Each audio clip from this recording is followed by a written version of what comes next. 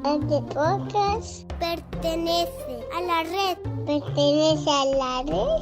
A vpodcast.net. A vpodcast.net. Ahora vamos a disfrutar de los mejores cortes de AV Podcast, el momento de oro seleccionado por sus creadores. Bienvenidos, Etiqueta Negra. En el programa número 6 de Go Talks, el invitado en esta ocasión es Víctor Correal, quien nos cuenta su particular visión del mundo del podcasting. Somos los... A mí me gusta que me digas, ¿por qué te fuiste? O sea, si quieres volverlo a repetir, yo hago como que no, pero sí, en realidad me encanta. Sí, Estáis todos enfadados porque me he ido. Que no estamos enfadados, estamos meditabundos. Yo me he quedado con eso. Entristecidos. Porque el podcasting está como está.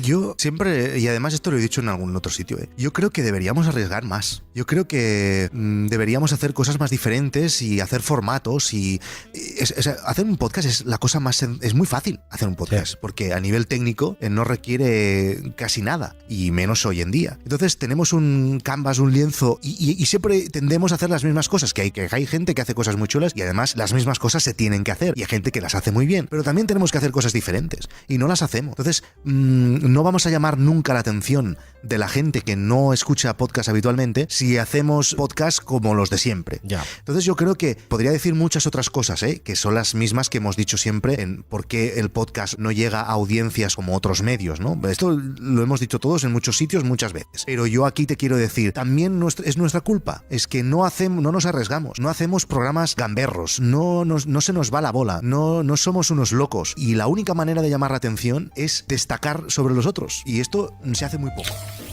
Margot Martín, desde su podcast número 79 de El Recuento, hace su repaso personal a los mejores gazapos de radio, podcast y televisión. Ahora vamos al telediario de Televisión Española. El gobierno italiano acude al rescate del banco Monte dei Paschi. En un decreto bautizado como Salva Ahorros, autoriza una partida de 20.000 millones de euros para garantizar la liquidez del sector financiero después de fracasar el banco en su intento por recapitalizarse. Madrillano, en su episodio número 7, nos cuenta desde Destino UK cómo conseguir sacarte el carnet de conducir en el Reino Unido, siempre y cuando se despierte, claro. Pues lo que os quiero contar es una historia cortita y es el tema del carnet de conducir británico. En las notas del programa, las famosas notas del programa de AV Podcast, esta red que va a engullir a todas las redes poco a poco. Bueno, no, es coña. El caso es que en el Reino Unido puedes conducir con el carnet español sin problema. Puedes conducir hasta, si te haces residente, puedes conducir. Si te haces residente, a ver, Fran, despierta. Estimado oyente, un momento por favor, vamos a despertar a Madrillano. Good morning, Vietnam! Hey, this is not a test, this is rock and roll. So good, I got you. Si te haces residente antes de tener 67 años, puedes conducir hasta los 70. Y si te haces residente después de los 67 años, solo puedes conducir 3 años con la licencia, con el carnet de conducir español. O sea que nos olvidamos del tema porque todavía estamos jóvenes y tú también. El caso es que... A ver si no me atropellan. Guiller, desde el podcast número 73 de Guiller y yo, nos relata la historia del gato Valky. Era un sábado, se palpaba en la emoción en el ambiente, 9:05 de la noche. Guillermo salía de hacer compras del supermercado, cuando pasaba por al lado de un colegio, cuando se encontró con un gato. Lo que él no sabía es que ese gato podría ser el gato más importante de su vida. 3 días más tarde, un miércoles, 9:10 de la noche. Guillermo estaba con su madre en el garaje. En la puerta del garaje vio un cartel de desaparecido, gato Valky. Guillermo recordó aquel momento, él con las bolsas de la compra, aquel gato que no se dejaba tocar, pero que tampoco huía. Aquel gato que le miraba con sus ojos, sus manchas negras características en los ojos, su cuerpo, su gordura, su riqueza, su forma de andar. Guillermo lo tenía claro, aquel era Valky, el gato perdido. Enseguida su madre llamó despavorida, llamó a un tal Álvaro, se presentó en casa en unos 50 minutos. Dijo: muchas gracias, esto me da la alegría de mi vida, esto es increíble, es que es mi gato, es él. Y bueno, Álvaro se lo agradeció mucho a Guillermo, se lo agradeció profundamente y dijo: muchas gracias, Guillermo, no sé cómo te lo podría agradecer, estaré eternamente en zen contigo y como ha venido me voy, dijo. Y bueno, Guillermo se acostó y aquí estoy. Desde Ya Conoces las Noticias, en su programa número 28, Pedro Sánchez nos habla de cómo las especies de otro ecosistema impactan y repercuten en un hábitat que no es el suyo. Todo muy bien, repaso hecho. Pero no olvidemos que hoy por hoy, la especie humana ha demostrado ser por sí misma una especie invasora. No es gratuito que algunas de las grandes zonas de protección de la naturaleza del planeta tengan prohibida o muy restringida la presencia del ser humano en su interior. En el episodio número 7 de Bitácora de Ciberseguridad, Sergio y Raúl nos hablan de los ataques informáticos y de cómo se aprovechan las vulnerabilidades de la red y cuáles son sus consecuencias. Llegó a afectar porque DNS estaba a la venta. No recuerdo, era un operador telefónico también norteamericano que quería comprarla. Sí, no recuerdo ahora, no sé si era AT&T. AT&T o T-Mobile, sí. El caso es que el motivo del ataque era tumbar por completo todos los servicios tanto en Estados Unidos como en Europa. La verdad es que cuando se empezaron a conocer los primeros datos, reaccionaron bastante bien y pudieron minimizar los daños. Pero lo que este suceso dejó claro es que un tema que está apasionante, que es el del Internet de las cosas, tiene grandes vulnerabilidades y dará mucho que hablar en un futuro. Por si esto fuera poco, no sé si sabes que se hizo público el código del malware Mirai. Sí. O sea, básicamente está disponible para que lo pueda utilizar cualquiera, con todo lo que eso conlleva, tanto bueno como malo. Los programadores de estas cámaras IP, videograbadores o cualquier otro dispositivo que utilice la misma tecnología, conociendo Mirai, puede saber cómo defenderse de él, pero también hay mucho desaprensivo que puede intentar hacer ahora su pequeña jugada. A lo mejor no es posible hacer algo como lo del ataque a DNS, pero sí hacer algo a pequeña escala contra un competidor local o cosas por el estilo. A ver, yo creo que es bueno. En el primer capítulo de Droid Talks nos cuentan los inicios y usos de los emoticonos y de cómo se han adherido y se han integrado en nuestra manera actual de expresarnos. ¿Recuerdan la primera vez que usaron un emoticono? Yo no. Ostras, yo me imagino que cuando empecé a utilizar internet fue en la sala de ordenadores de la universidad, que eran terminales tontos que están conectados a un servidor Linux, Juan? Correcto. Y ahí seguramente utilicé. Me acuerdo de la carita sonriente, recuerdo. Y después los 2 puntos con la P, como ese saca la lengua de sí. Aquí me tienes aquí.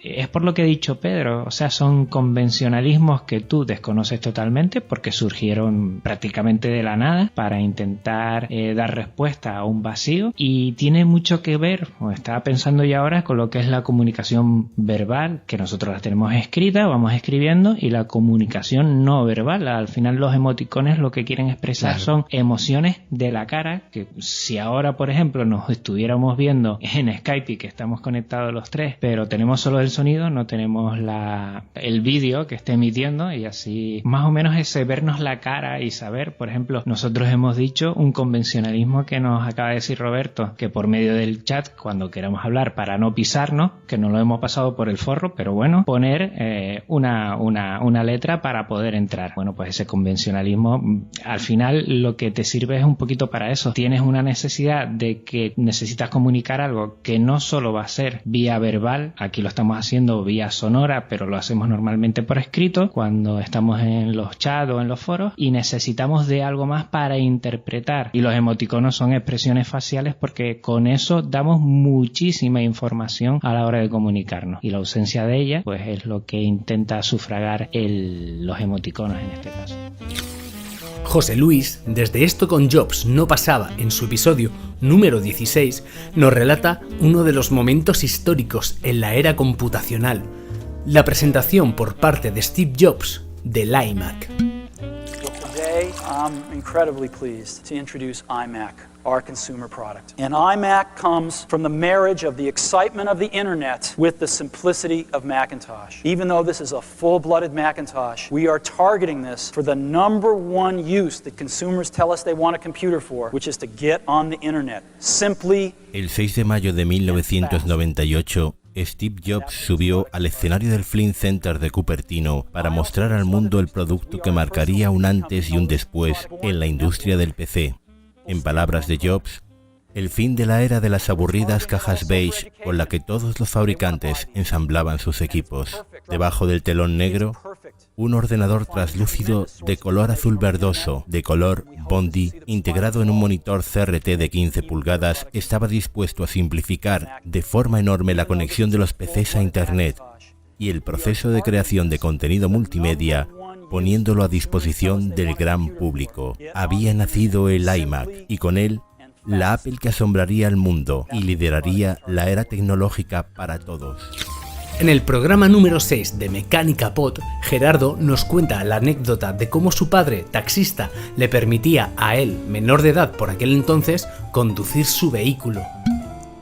Una anécdota que yo no sé si la he llegado a contar aquí en Mecánica Pod. Tenía yo 16 años y con el Nissan Primera de taxi que luego heredó mi hermano, vamos a por una bombona de butano, creo que es en el camino Josimancas, que está como a 4 o 5 kilómetros de la ciudad, pero claro, es una carretera de entrada a la ciudad con tráfico y un día de diario. Y a la salida me dice mi padre, nada, coge el coche que vamos a echarle de gas, porque ese coche iba con butano.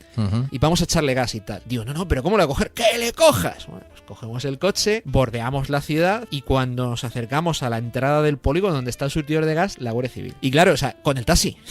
Es que tú ponte situación.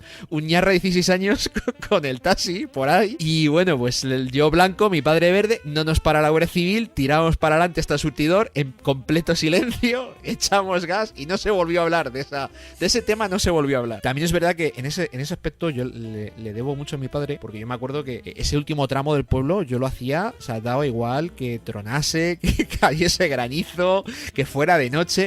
Y yo me acuerdo una vez que había una tormenta brutal y dice mi padre, venga, coge el coche. Y mi madre, ¿pero cómo le va a coger? No sé. Y decía mi padre, y no le faltó razón, mejor que lo haga ahora que estoy yo que no que le pase un día que esté solo. Desde el capítulo número 64 de José Escolar, una crítica social de cómo los adolescentes y no tan adolescentes tienen acceso a las redes sociales y sus consecuencias.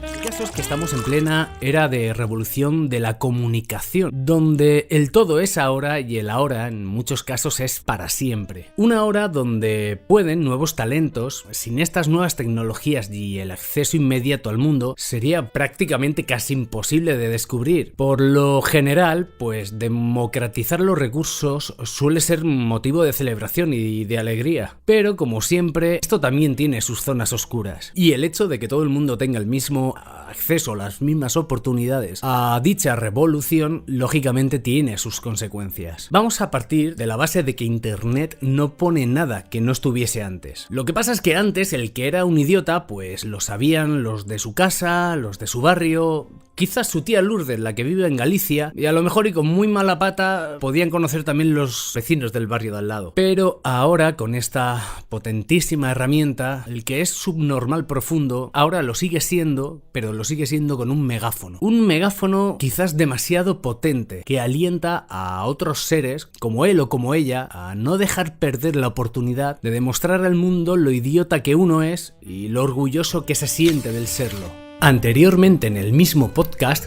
vio la luz un relato de Ángel González Muñiz. Para que yo me llame Ángel González, para que mi ser pese sobre el suelo, fue necesario un ancho espacio y un largo tiempo. Hombres de todo el mar y toda tierra, fértiles vientres de mujer, cuerpos y más cuerpos, fundiéndose incesantes en otro cuerpo nuevo. En el podcast número 12 de Otra Educación, Gloria Zamorano habla de la construcción de paz positiva en la escuela, con la reconocida pedagoga Carme Boqué. para la paz, sino que yo pienso que todo lo que hemos aprendido desde este ámbito de cultura de paz es algo que puede servir y ser útil para la innovación y la mejora de la escuela hoy en día. Es una mirada desde fuera, es decir, no es qué es lo que la escuela puede aportar a la paz, que es mucho, sino decir qué es lo que la paz puede aportar a la escuela, que es el doble, pienso yo, ¿no? Entonces son derechos fundamentales y van muy relacionados, ¿no? Una persona que no tenga educación o acceso a la educación, ¿qué va a señalar con sus dedos? ¿Qué va a cambiar? Va a ser difícil. Sin educación no hay nada, pero es que si la educación no es pacífica, ¿qué es? ¿No? Estas educaciones tan competitivas. Antes, cuando me parece, Gloria, que no sacaba un poco el ranking de estos países asiáticos, Corea, por ejemplo, que el PISA. Sí, efectivamente, que están en los primeros puestos y quizá tenga que ver también pues con cómo miran la escuela desde otro punto de vista, y quizá tenga que ver con que ellos ponen énfasis en cómo educar al alumno dentro de unos valores que quizás sean diferentes a los que estamos poniendo en relieve en España, quizá. Bueno, la cultura de estos países es completamente diferente a la nuestra. Son países que han salido de la pobreza en 70 años y el nivel de competitividad es inmenso. Desde el capítulo número 9 de Psicomanagement, Patxi López nos explica las excusas justificantes habituales que todos nos autoimponemos o imponemos a los demás. Otra creencia bastante extendida es esta de a su edad ya no va a cambiar, ¿para qué le voy a decir nada? La creencia de que somos algo inmutable es una rémora filosófica que nos viene de la metafísica platónica y aristotélica.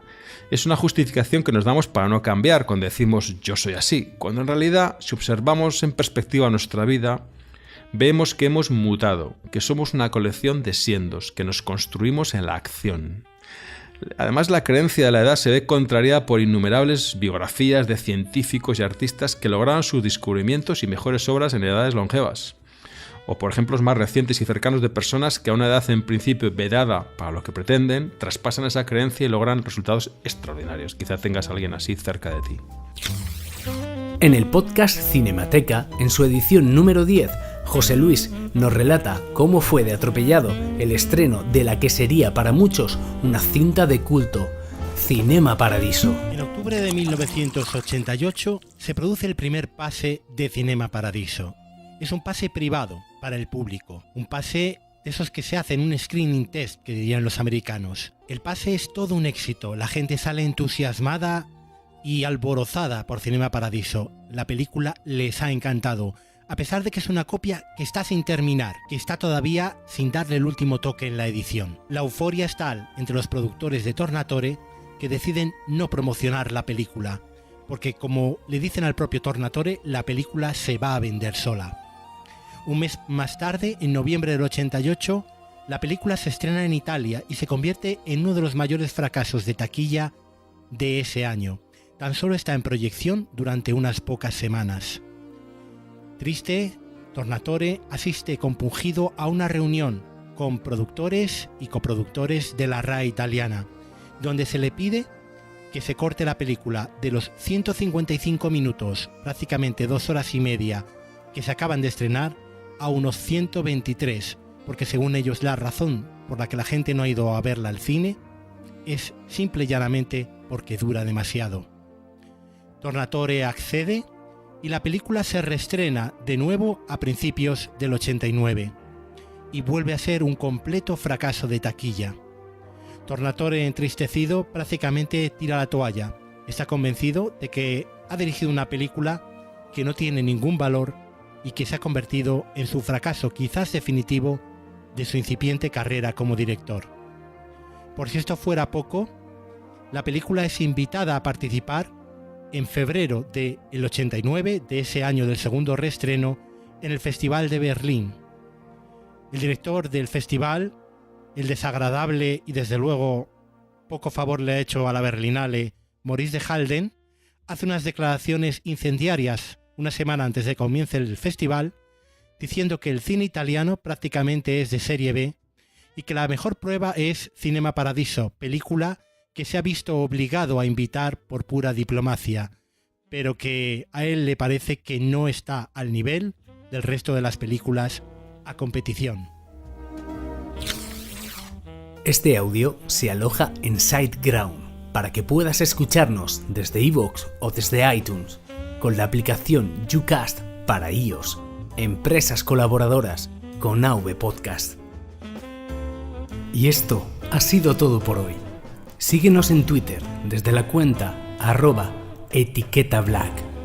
Ha sido todo un placer y les esperamos dentro de muy poco en Etiqueta Negra.